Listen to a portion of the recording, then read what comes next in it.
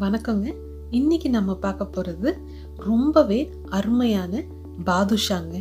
இது நம்ம கடையில் வாங்குறதை விட இன்னும் ஜூஸியாக, இன்னும் டேஸ்டாக, அருமையாக இருக்குங்க. இது உங்கள் வீட்லேயும் நீங்கள் செஞ்சு பார்க்குறதுக்கு இந்த ரெசிபியை ஃபுல்லாக பாருங்கள். இதே ரெசிபியை இங்கிலீஷில் பார்க்கணுன்னா மேலே இருக்க லிங்கை கிளிக் பண்ணுங்கள். இந்த பாதுஷா செய்கிறதுக்கு ஒரு 1/4 கிலோ மைதா, ஒரு 150 கிராம் தயிர், இது கூடவே ஒரு 60 கிராம் அளவுக்கு நெய்யோ இல்லைன்னா வெண்ணெய்யோ சேர்த்துக்கோங்க. இது கூடவே ஒரு சிட்டிகை அளவுக்கு உப்பு, ஒரு 1/4 டீஸ்பூன் பேக்கிங் பவுடரும், ஒரு 1/4 டீஸ்பூன் பேக்கிங் சோடாவும் சேர்த்துக்கோங்க. அடுத்ததாக சர்க்கரை பாகுக்கு ஒரு 1/4 கிலோ அளவுக்கு சர்க்கரை, இது கூடவே ஒரு 3/4 கப் அளவுக்கு தண்ணி எடுத்துக்கோங்க. இப்போது நம்ம ஒரு பெரிய பாத்திரத்தில் நம்மளோட மைதாவை சேர்த்துக்கலாம். இது கூடவே உப்பு, பேக்கிங் சோடா, பேக்கிங் பவுடர் இது எல்லாத்தையும் சேர்த்து நல்லா கலந்து விட்டுக்கோங்க.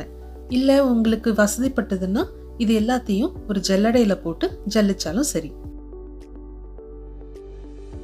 அடுத்ததா இது கூடவே வெண்ணெயோ இல்லைன்னா நெய்யோ எது சேர்க்குறீங்களோ அதையும் சேர்த்துக்கலாம். இப்போது நம்ம கையை யூஸ் பண்ணி இந்த வெண்ணெயோ இல்லைன்னா நெய்யையோ இந்த மாதிரி நல்லா பெசறி விடுங்க.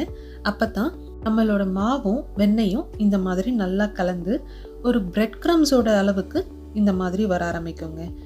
இப்போ பார்த்தீங்கன்னா நான் கையை இந்த மாதிரி இருக்கும்போது மாவு கெட்டிப்பட்டுடும், அதே சமயம் தொட்டாலே உதிர்ந்து போயிடும். இதுதான் பதம். இந்த பதத்துக்கு வந்ததுக்கப்புறமா நம்மளோட தயிர் சேர்த்துக்கலாம். இப்போ தயிரை சேர்த்ததுக்கப்புறமா சப்பாத்தி மாவு பிசைகிற மாதிரி பிசைஞ்சிடாதீங்க.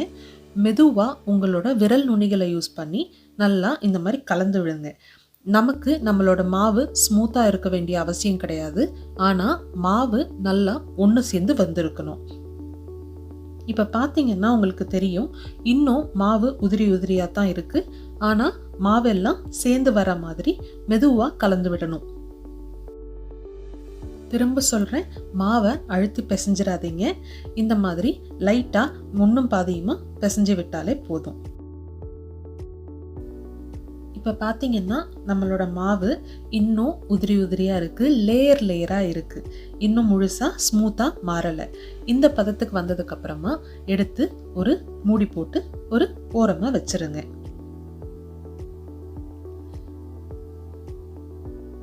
இந்த மாவு நமக்கு சரியாக 20 நிமிஷத்துக்கு ஊற வையுங்க. இந்த 20 நிமிஷம் முடியறதுக்குள்ள நம்ம ஒரு சர்க்கரை பாகு தயார் பண்ணிக்கலாம். நம்ம எடுத்து வச்சிருக்க சர்க்கரையையும் அது கூடவே தண்ணியையும் சேர்த்து நல்லா கொதிக்க விடணும். நமக்கு இந்த சர்க்கரை பாகு ஒரு கம்பி பதத்துக்கு வரணுங்க. ஒரு மிதமான தீயில வச்சு நல்லா கொதிக்க விடுங்க. பாதுஷா செய்யறதுக்கு ஏலக்காயோ இல்லைன்னா வேற எந்த வாசனை பொருளும் சேர்க்க வேண்டியதில்லை. எதுவுமே இல்லாமலே நமக்கு அருமையான ருசி வந்துடும். இப்போ பார்த்தீங்கன்னா நம்ம சர்க்கரை நல்லா ஒரு கம்பி பதத்துக்கு வந்துருச்சு. இந்த சமயத்தில் கேஸ் ஆஃப் பண்ணிட்டு ஒரு டீஸ்பூன் லெமன் ஜூஸ் சேர்த்துக்கலாம். அடுத்ததா இப்போ கேஸில் ஒரு மிதமான தீயில ஒரு பாத்திரத்தில் எண்ணெய் ஊற்றி வைங்க. இப்போ பார்த்தீங்கன்னா நம்மளோட 20 நிமிஷம் முடிஞ்சிடுச்சு. இந்த சமயத்தில் நம்மளோட மாவு எடுத்து இன்னும் கொஞ்சமாக இந்த மாதிரி லைட்டாக பிசைஞ்சு விடலாம். ரொம்ப அழுத்தி பிசைஞ்சிடாதீங்க, திரும்ப சொல்கிறேன். இப்போ பார்த்தீங்கன்னா மாவு நல்லா சேர்ந்து வந்துருச்சு. இந்த மாதிரி ஒரு சின்ன உருண்டை எடுத்துக்கலாம். ஏன்னா நல்லா ஞாபகம் வச்சுக்கோங்க, இது அப்படியே டபுளாக ட்ரிப்பிளாக சைஸ் மாறும். அதனால் ரொம்ப சின்னதாகவே எடுத்துக்கோங்க. எடுத்துட்டு ரொம்ப அழுத்தி பிசையாமல் உருண்டை செய்யும் போது இந்த மாதிரி லைட்டாக உருட்டி விட்டு இந்த மாதிரி நடுவில் ஒரு அழுத்தம் கொடுத்துருங்க ஒரு விரலை வச்சு. இதே மாதிரி எல்லா மாவை வச்சும் செஞ்சு எடுத்து வச்சுக்கலாம். இதுக்குள்ள நம்மளோட எண்ணெய் நல்லா காய ஆரம்பிச்சிருச்சு.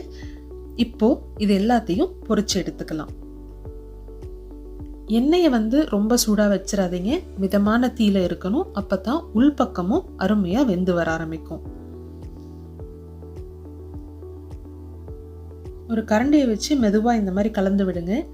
ரொம்ப அதிகமான தீயில வச்சிங்கன்னா மேல் பக்கம் சீக்கிரமாக வெந்துடும், உள்பக்கம் அப்படியே மாவு மாவாக இருக்கும். அதனால் மிதமான தீயில வச்சு பொறுமையாக இந்த மாதிரி நல்லா கலர் வர வரைக்கும் வறுத்தெடுத்துக்கலாம்.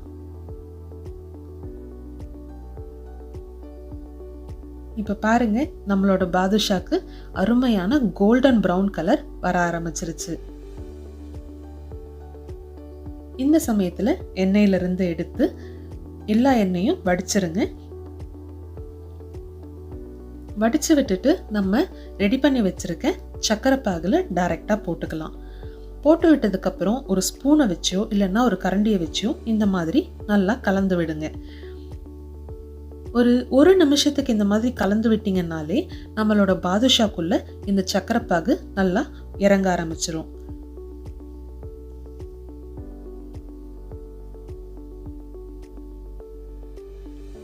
அவ்வளவு தாங்க, நம்மளோட பாதுஷா தயார். இது எல்லாத்தையும் தனியாக ஒரு பாத்திரத்தில் எடுத்து கொஞ்சம் கொஞ்சமாக செஞ்சு எடுத்து வைக்க ஆரம்பிச்சிருங்க. பாருங்க, எவ்வளோ அருமையாக இருக்குது பார்க்குறதுக்கே. அவ்வளவு தாங்க, உங்களோட ஈஸியான, ருசியான, ஜூஸியான, குழந்தைங்களுக்கு ரொம்ப பிடிச்ச பாதுஷா தயார். இந்த வீடியோ உங்களுக்கு பிடிச்சிருந்ததுன்னா லைக் பண்ணிட்டு சேனலுக்கு சப்ஸ்கிரைப் பண்ணுங்க.